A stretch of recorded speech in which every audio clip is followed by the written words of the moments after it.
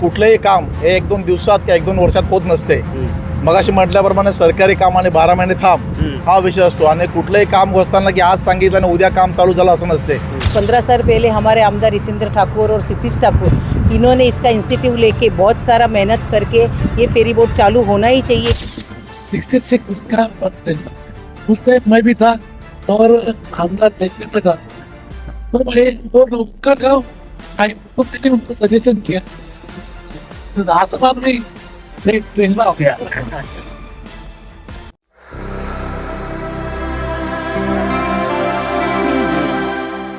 मैं इस वक्त खड़ा हूं उस बोट पर जिसकी प्रतीक्षा विरारकरों को बहुत लंबे समय से थी.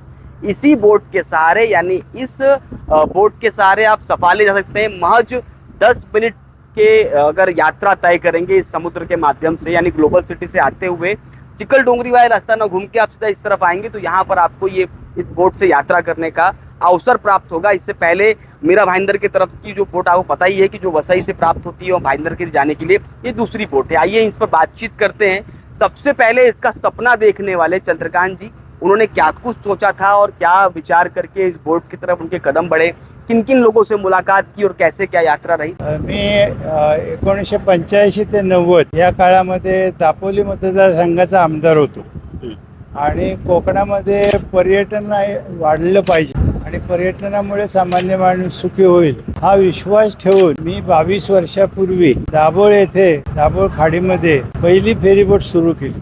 आता म्हणजे 12 फेरीबोटी आहेत आणि हा 8वा पॉइंट आहे की विरारचं काय झालंय की हायवेला जायला लागतं आणि मग सफाळ्याला जायला लागतं. इथून सफाळ्याला असं हायवेने जायचं तर 67 किलोमीटर प्रवास करायला लागतो आणि या फेरीबोटीतनं अवघा 2 किलोमीटर लागतं आणि बाजारपेठ विरारची जी आहे ती तिच्यावर सगळं पालघर जिल्हा अवलंबून आहे आणि त्याच्यामुळे पालघर जिल्ह्याच्या लोकांना बाजार जवळ यावा, तिथलं पर्यटन वाढावं या दृष्टीने आमच्या कंपनीने ही फेरीबोट सुरू केलेली आहे. यहाँ की स्थानीय जो एमएलए पूर्व रहे हितेंद्र ठाकुर का मेरा अभी पहचाना का पहले जो थे हितेंद्र ठाकुर उनका मेरा पहचाना उसने बहुत वो टाइम मुझे मदद की है. बेटा जी क्या कहेंगी, आप तो यहाँ के पूर्व नगर सेविका रही है आज आसपास के इलाके में और जिस तरह से लोग आपके पास आते जाते रहे होंगे कि यहाँ से वहाँ सफाले जाने में दिक्कत, तो आप क्या कुछ कहेंगी, कैसे कुछ यहाँ का संघर्ष होता है.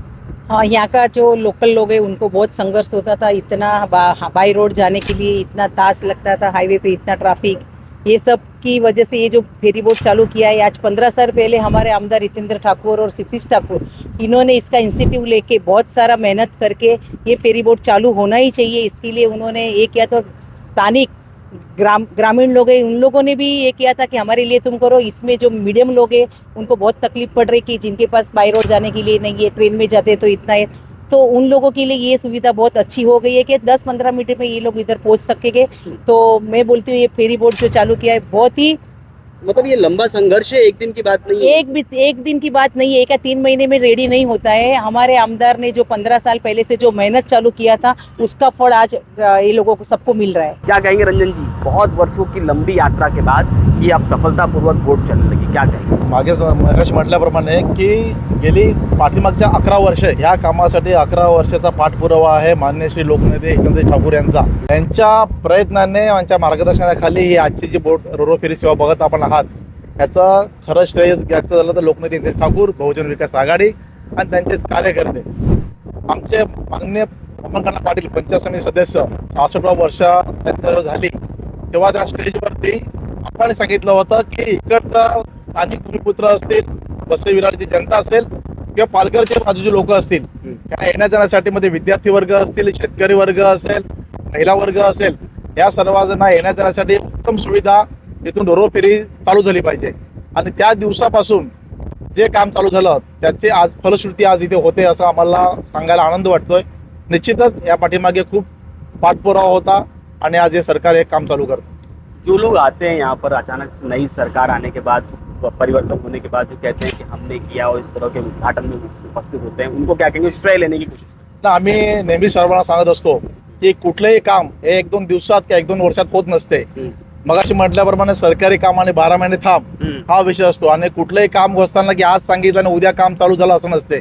आपण बघितलं असेल त्या बोटीत फिरणं जाणं महत्वाचं नाही, तर बोटीच्या पाठीमागचा रस्ता आहे, हा. या रस्त्यामध्ये स्थानिक शेतकरी भूमिपुत्र यांचे खूप हेवेदावे होते की आमच्या शेतातून जाणारा रस्ता आहे, मग त्यासाठी मेरीटाईम बोर्डाची परमिशन असेल, कांदळवन समिती जे नवीन फॉरेस्टमध्ये डिपार्टमेंट झालं आहे, फॉरेस्टही खूप हरकत आल्या होत्या. या सर्वांना एकत्र घेऊन, स्थानिक भूमिपुत्रांना एकत्र घेऊन यांच्या मीटिंग करून त्याला हल काढून मार्ग काढून हा रस्ता झाला. रस्ता झाल्यानंतर जेटीचं काम चालू झालं आणि जेटीचं काम झाल्यानंतर ही रोरो फेरी चालू होत आहे. तर एक तर वर्षाचा, हे- एक 3 महिन्याचा काम नाही. हे 1-2 महिन्याचं काम नाही, ह्याच्या पाठीमागे 11 वर्षाची मेहनत आहे. आणि तुम्हाला माहित असेल या 11 वर्ष इथे सत्ता कोणाची होती आणि इथे पाठपुरावा कोण घेते इथे जे क्रेडिट घेतात त्याबद्दल तुम्ही काय सांगा? नाही. जे क्रेडिट घेतात त्यांना आम्हाला काही सांगायचं नाही. इकडची जनता सुज्ञ आहे, मग ते वसई विरार जनता असू दे की पालघर जिल्ह्यातील जनता असू दे, या सर्वांना माहिती आहे का 11 वर्षापूर्वीपासून काय चालू आहे. आणि जेव्हा जेव्हा इथे जेटीचं काम चालू होत आहे तेव्हा स्थानिक लोक बघत आहेत का जेटीचं काम कुठल्या पद्धतीने चालू आहे आणि कसं काम चालू आहे. ते लोकांना आशा आहे ते काम झालं पाहिजे आहे. आमच्या आमदार, माझे आमदार लोकनेते नितीन ठाकूर यांचं म्हणणं असं की लोकांना सेवा मिळाली पाहिजे हे महत्वाचं आहे. श्रेय कोण घेते याच्याकडे आम्ही लागत नाही आणि कधी त्याचं श्रेय घेतलं नाही. जब ये रोरो सेवा चालू हुई, क्या दिन था और किस तरह की घटना थी? वो एक हमारा बड़ा कार्यकर्ता है, पंचायत समिति सदस्य था, मैं जिला परिषद में था. तो इधर उनका बर्थडे था, 66 का बर्थडे था. उस टाइम मैं भी था और आमदार थे और इधर के मामूर थे. अंदर आमदार इधर था और राजू पाटिल मामूर, राजू नाना पाटिल. तो मैं और उनका गाँव मैं जितेंद्र ठाकुर और राजू नाना का गाँव आगे पूरी 70 और मेरा गाँव इधर ही चलता है. तो मैंने उनको सजेशन किया कि हम तीनों आगे के भले इधर रहते हैं अपने इधर ही करते हैं, तो इधर हम लोग खेती चालू करेगा तो अपने के लिए हम सबके लिए अच्छा रहेगा, लोगों को बेनिफिट होगा. इसलिए वो स्थित तो यस ये सजेशन बराबर है. हम सब मिलके काम करेंगे. कौन साल की बात? 11 साल बाद आ गया. 10 साल से पकड़ो 10 कितनी खुशी हुई जब आप धरातल पर आ गए, अब आने जाने को अवसर मिलेगा अपने. अरे खुशी मने हुआ आसमान में टिंगला हो गया. चलिए, आप लोगों को क्या कहेंगे इससे आने जाने वाले? बहुत ये तो इतनी अच्छी चलेगी क्योंकि ये माइम तक लोग इधर से आएंगे, वसई इवन अभी फाइनल में जाने के लिए बहुत आसान. अरे बहुत आसान. ये डीजल बचेगा, टाइम बचेगा, सबसे पहले टाइम बचा. टाइम बचेगा और ट्रैफिक में से बच जाएंगे. ऐसा कितना हो जाएगा. इस प्रकार से संघर्ष करना पड़ा, 11 वर्षों के संघर्ष के बाद ये परिणाम है. इसके लिए उन्होंने 3-4 बिंदु बताए. एक, इस जेट्टी को बनाने के पहले यहाँ का जो बनाने के लिए सड़क निर्माण करना था, गांव के लोगों से वार्ता करना, सड़क को ठीक से निर्माण करना, ये एक पहली चुनौती थी.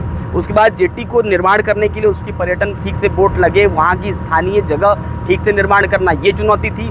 उसके बाद बोट को लाना, उसको ठीक से चलाना, उसका रूट तय करना, ये सारी परमिशन को लाकर यहाँ पर रोरो सेवा चालू हो, ये एक बड़ी चुनौती रहती है. इसको संपूर्ण करने में कागजी प्रक्रिया लगती है, ताकत लगता है, बातचीत लगती है, संवाद लगता है. उसके बाद ये परिणाम आता है.